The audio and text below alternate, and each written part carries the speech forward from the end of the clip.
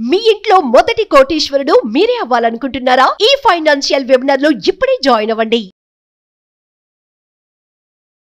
నమస్తే, welcome back to Suman TV. నేను మీ సంజయ్. ఈ రోజు మనతో పాటు ఉన్నారు amphi registered mutual fund distributor మరియు చార్టర్డ్ వెల్త్ మేనేజర్ రమా రాజేష్ గారు. మ్యామ్తో మాట్లాడి కొన్ని విషయాలు తెలుసుకుందాం. నమస్తే మ్యామ్. నమస్తే మ్యామ్, ఎస్డబ్ల్యూపీ తోటి కేవలం 25 లక్షలు ఇన్వెస్ట్ చేసి 50 years లో 41 crores కార్పస్ క్రియేట్ చేసుకోవచ్చని చెప్పారు. అయితే నాకు ఇంకొక డౌట్ ఉంది మ్యామ్, ఇది ఎలాంటి ఫండ్లో పెడితే బెస్ట్ అంటారు? And one thing, every month 10,000 తీసుకుంటూ వెళ్ళిపోతే మార్కెట్ ఒక్కొక్కసారి వాలటాలిటీ గ్రోత్ ఉంటుంది, ఒకసారి హైలో ఉంటుంది, ఒకసారి డౌన్ ఉంటుంది.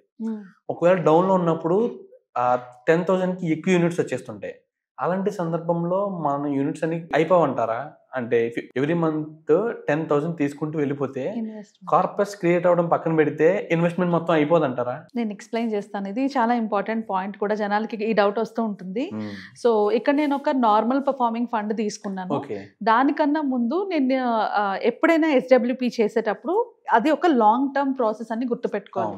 More than 7 to 9 years invest చేసే ఉద్దేశం ఉన్నప్పుడే ఎస్డబ్ల్యూపీలో పెట్టుకోవాలి. తక్కువ టైంలో ఇన్వెస్ట్ చేసినప్పుడు పెడితే మీరు అన్నట్లు ఆ అమౌంట్ విత్డ్రా చేసుకోవడం వల్ల ఏం కాదు, కాకపోతే మార్కెట్ వాలటిలిటీకి గురైనప్పుడు మీకు ఆ దాంట్లో గ్రోత్ ఉండదు, ఆ ఎన్ఏవిలో గ్రో ఉండదు. అది గ్రోత్ అవ్వలేనప్పుడు మీరు విత్డ్రా చేస్తుంటే మీకు ఏమైనా అంటే భయం వేస్తూ ఉంటుంది, అయ్యో నా డబ్బులే ఇప్పుడు ఫర్ ఎగ్జాంపుల్ 25 lakhs మీరు పెట్టారు, ఆ 25 lakhs పడిపోతూ ఉన్నాయనుకో, నా డబ్బులే తగ్గిపోతున్నాయన్న ఫియర్ వచ్చేస్తుంది. సో అందుకే లాస్ట్ వీడియోలో మనం చెప్పుకున్నట్టు first and most important rule ఏంటి అంటే ఐదర్ 4% విత్డ్రా చేయాలి, లేదా 4+2 అంటే 6% వరకు విత్డ్రా చేయాలి. అండ్ ఒక్కొక్కసారి మార్కెట్ 6% కన్నా తక్కువ పడిపోతుంది, లాస్లో కూడా వెళ్ళిపోతూ ఉంటుంది. సో అలాంటప్పుడు మీ యూనిట్స్ నుంచి కట్ అవుతూ ఉంటాయి.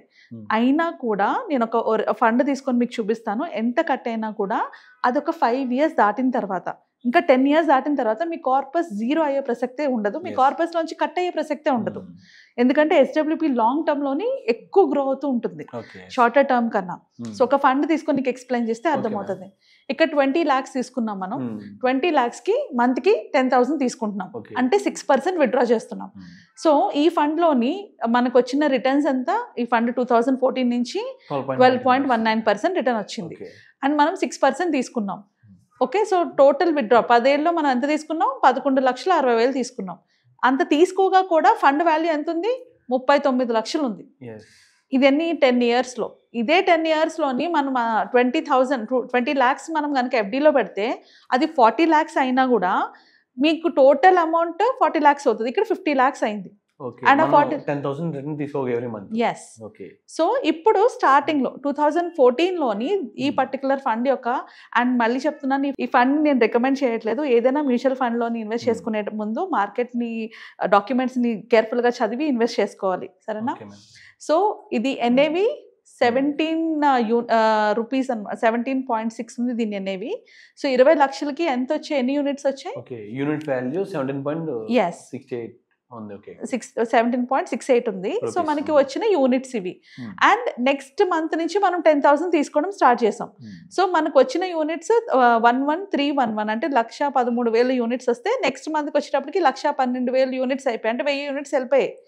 రైట్, ఇక్కడ 10,000కి అన్ని యూనిట్స్ మనం సేవ్ చేసాం. అలా కిందకి వెళ్ళే కొద్దీ అబ్జర్వ్ చేస్తుంటే అట్లానే, అంటే 2004 నుంచి 2016 వరకు కూడా పెద్దగా పెరగలేదు. ఇక్కడ మీ వాల్యూ ఎంత పడిపోయింది? 20 lakhs కాస్త 18 lakhs వరకు వచ్చేసింది వాల్యూ. అయినా కూడా ఇర్రెస్పెక్టివ్ మార్కెట్ పడినా పడకపోయినా మీరు తీసుకుంటూ వెళ్తూనే ఉన్నారు.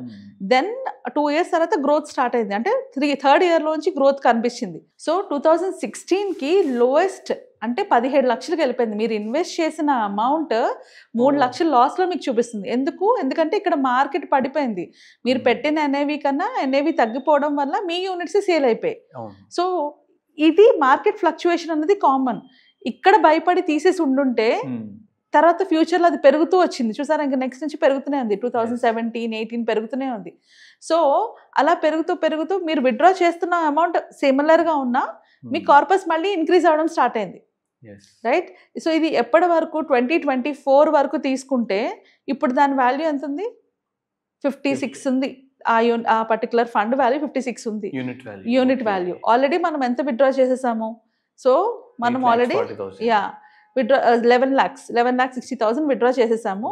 అండ్ మన దగ్గర ఉన్న బ్యాలెన్స్ అంతా 39 lakhs ఉంది. 22,000 yes. సో ఇక్కడ ఏం జరిగింది, ఓవర్ 10 years కనుక స్ట్రెచ్ లో చూసుకుంటే మనకి కార్పస్ పడడం అన్నది ఉండదు. మార్కెట్ కరెక్షన్స్ ఎన్ని వచ్చినా కూడా మీకు కార్పస్ పడడం అన్నది ఉండదు 10 years స్ట్రెచ్ లో చూసుకుంటే. ఇది ఇంకో అండ్ వన్ థింగ్ మ్యామ్, ఈ ఫండ్ వచ్చేసి 12% కన్నా ఎక్కువ రిటర్న్ జనరేట్ చేసింది కాబట్టి ఓకే మ్యామ్. ఇప్పుడు దీనికన్నా తక్కువ ఫండ్ రిటర్న్ అంటే దీనికన్నా తక్కువ రిటర్న్స్ ఇస్తే ఫండ్ మరి దాని పరిస్థితి ఏంటి? ఇది చాలా ఇంపార్టెంట్ క్వశ్చన్. ఎందుకంటే జనాలు ఫండ్ సెలెక్షన్ రాదు. సో వాళ్ళు ఏం చేస్తారంటే రిస్క్ తీసుకోకూడదని లోవర్ రిస్క్ ఫండ్స్ లో ఇన్వెస్ట్ చేసుకుంటారు. అలా ఇన్వెస్ట్ చేసుకునేటప్పుడు ఖచ్చితంగా లాస్ అవుతారు. సో కొన్ని స్పెసిఫిక్ ఫండ్స్ ని మనం SWP కోసం చూస్ చేసుకోవాలి. ఏ ఫండ్ పడితే ఆ ఫండ్ తీసుకోకూడదు. అలాగని హై రిస్క్ తీసుకోకూడదు, అలాగని లో రిస్క్ తీసుకోకూడదు. హై రిస్క్ తీసుకున్నప్పుడు నేను ఎగ్జాంపుల్ తో ఎక్స్ప్లెయిన్ చేస్తాను. ఇప్పుడు ఈ పర్టికులర్ ఇది చూస్తే నీకు అర్థమవుతుంది కదా. అంటే ఇది ఒక రీసెర్చ్, వాల్యూ రీసెర్చ్ వాళ్ళు చేసిన రీసెర్చ్ లోని మ్యూచువల్ ఫండ్స్ లోని వాళ్ళు ఒక 4 types ఆఫ్ ఫండ్స్ ని తీసుకొని దాంట్లో కనుక వాళ్ళు ₹1,00,00,000 కనుక ఇన్వెస్ట్ చేస్తే అది ఎంత అయింది అని ఒక రీసెర్చ్ చేశారు. ఆ రీసెర్చ్ ప్రకారంగా అబ్జర్వ్ చేస్తే ఇక్కడ నేను క్లియర్ గా ఎక్స్ప్లెయిన్ చేశాను. ముందు చెప్పుకున్నాం కదా 4% విత్డ్రాల్ చేసుకోవాలి అని చెప్పేసి. ఒకవేళ కనుక ఫ్లెక్సీ క్యాప్ ఫండ్ లో కనుక మనం 10 ఏళ్ళ వెనక కనుక ఇన్వెస్ట్ చేసి ఉంటే, ఎంత ₹1,00,00,000 కనుక ఇన్వెస్ట్ చేసి ఉంటే అది ఇప్పుడు ప్రతి నెల మనం విత్డ్రా చేసుకునే అమౌంట్ ఎంత, ₹33,333 రూపీస్. 4% అయితే. అండ్ టోటల్ విత్డ్రాల్ చేసుకుంది 39 lakhs అయితే మనకు ఇప్పుడు రైట్ నౌ ఈ 10 ఏళ్ళలోని 2.62 crores కార్పస్ ఉండేది. 1 crore కి 2.62 crores కార్పస్ మనం క్రియేట్ చేసుకున్నాం. So similarly aggressive hybrid fund and conservative hybrid fund, short term duration fund. ఇక్కడ అబ్జర్వ్ చేస్తే అగ్రెసివ్ హైబ్రిడ్ ఫండ్ లోని మనకి 2.5 వచ్చింది. కన్జర్వేటివ్ హైబ్రిడ్ ఫండ్ లోని 1.61 వచ్చింది క్రోర్స్ విత్డ్రా చేసుకోగా. మిగతా అంతా సేమే, పర్సంటేజ్ చెప్తున్నాను. అదే షార్ట్ టర్మ్ డెట్ ఫండ్ తీసుకుంటే 1.34, అంటే దీంట్లో కూడా మనకి రిటర్న్స్ వచ్చాయి. కానీ ప్రాబ్లం ఎక్కడ జరుగుతుందంటే ఒకటి తక్కువ రిటర్న్స్ అయితే మన రిస్క్. ఇప్పుడు ఫ్లెక్సీ క్యాప్ లోని మన కార్పస్ డేంజర్ లో ఎన్నిసార్లు పడింది, ఈ గ్రాఫ్ చూపిస్తుంది మనకి. మన కార్పస్ ఫ్లెక్సీ క్యాప్ ఫండ్ లోని 3 times, అంటే మన పెట్టిన అమౌంట్ కన్నా తగ్గిపోవడం 3 times జరిగింది. సో 3 times మనకి మన కార్పస్ రిస్క్ లో పడింది. సో ఫ్లెక్సీ క్యాప్ ఫండ్ అనేది కొంచెం రిస్క్ తో కూడుకున్నది. మీకు రిటర్న్స్ కొంచెం బాగానే వచ్చినా బట్ రిస్క్ తో కూడుకున్నది. సో ఎవరైతే రిస్క్ ఎక్కువ తీసుకోలేని అనుకుంటారో అలాంటి వాళ్ళు ఫ్లెక్సీ క్యాప్ ని అవాయిడ్ చేస్తే బెటర్. ఇంకొక మ్యూచువల్ ఫండ్ కేటగిరీ ఏంటి, అగ్రెసివ్ హైబ్రిడ్ ఫండ్. ఈ ఫండ్ లో కనుక పెడితే మీకు కార్పస్ డేంజర్ లో ఎన్నిసార్లు ఉంది, ఓన్లీ 1 time పడింది. అంటే 10 years స్ట్రెచ్ లోని ఒక్కసారి నీ కార్పస్ కన్నా తక్కువకి వెళ్ళింది. ఎప్పుడు అంతకన్నా తక్కువకి వెళ్ళలేదు. So this is a very good fund to choose. అంటే SWPలో ఇన్వెస్ట్ చేసేటప్పుడు అగ్రెసివ్ హైబ్రిడ్ ఫండ్స్ లో కేటగిరీలో ఉన్న మ్యూచువల్ ఫండ్స్ లో ఇన్వెస్ట్ చేయగలిగితే మీకు వొలాటిలిటీ ఎక్కువ ఉండడం వల్ల ప్రాఫిట్స్ వస్తాయి. At the same time risk కూడా కంపారిటివ్లీ తక్కువ. మనం ఏమనుకుంటాము, తక్కువ రిస్క్ తీసుకుంటే మన కార్పస్ ఏం కాదు అనుకుంటాం. ఇక్కడ ఏం ప్రాబ్లం అవుతుందంటే SWPలోని తక్కువ రిస్క్ ఉన్నప్పుడు మన అమౌంటే కట్ అయిపోతూ ఉంటుంది. మనం పెరిగే అమౌంట్ పెరగదు కదా. సో మన అమౌంట్ కట్ అవుతుంటుంది. సో కన్జర్వేటివ్ హైబ్రిడ్ ఫండ్ తీసుకుంటే 7 times ₹1,00,00,000 కన్నా తక్కువకి వెళ్ళిపోద్ది. సో మనం రిస్క్ ఎక్కువ తీసుకోకూడదు, రిస్క్ తక్కువ కూడా తీసుకోకూడదు SWPలోకి వచ్చేటప్పటికి. అండ్ అదే డెట్ ఫండ్స్లోకి వెళ్తే 10 సార్లు కూడా, అంటే 10 yearsలో 10 times కూడా అది ఎలాగా కార్పస్ పడి లేచి అక్కడే ఉంటుంది. ఎప్పుడు కూడా రిస్క్లోకి వెళ్తూనే ఉంది. సో SWP ఎప్పుడు చేసినా కూడా మనం గుర్తుపెట్టుకోవాల్సింది ఏంటి అంటే కేటగిరీ చాలా చాలా ఇంపార్టెంట్. మనం ఏ ఫండ్ అయితే సెలెక్ట్ చేసుకుంటామో ఆ కేటగిరీని కరెక్ట్గా చూస్ చేసుకుంటే మన కార్పస్ని రిస్క్లో పెట్టుకోకుండా, అంటే మనం ఇన్వెస్ట్ చేసిన అమౌంట్ని రిస్క్లో పెట్టుకోకుండా మనం వెల్త్ జనరేట్ చేయొచ్చు. సో అలాంటి ఒక కేటగిరీనే ఇది హైబ్రిడ్ ఫండే. ఇప్పుడు ఈ హైబ్రిడ్ ఫండ్లోని మీరు అన్నట్టు ఇదేం పెద్ద సూపర్ పర్ఫార్మింగ్ ఫండ్ కాదు. ఇది just normal performing fund, average performing fund కూడా మీకు 12% రిటర్న్ ఇచ్చింది. 12% రిటర్న్ ఇచ్చింది. దీంట్లో కూడా మీ కార్పస్ ఎక్కువ సార్లు కిందకి వెళ్ళిపోలేదు మీ దానికన్నా, రైట్? సో ఇంకొంచెం బెటర్ పర్ఫార్మింగ్, ఇందులోనే ఇంకొక బెటర్ పర్ఫార్మింగ్ ఫండ్ చూసుకుంటే ఇది మనకి 63 lakhs ఇచ్చింది రిటర్న్.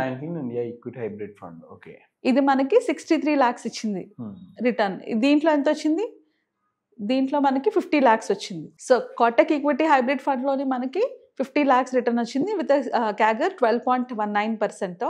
అదే మనం ఫ్రాంక్లిన్ ఇండియా ఈక్విటీ ఫండ్ చూస్తే 14.32% వచ్చింది.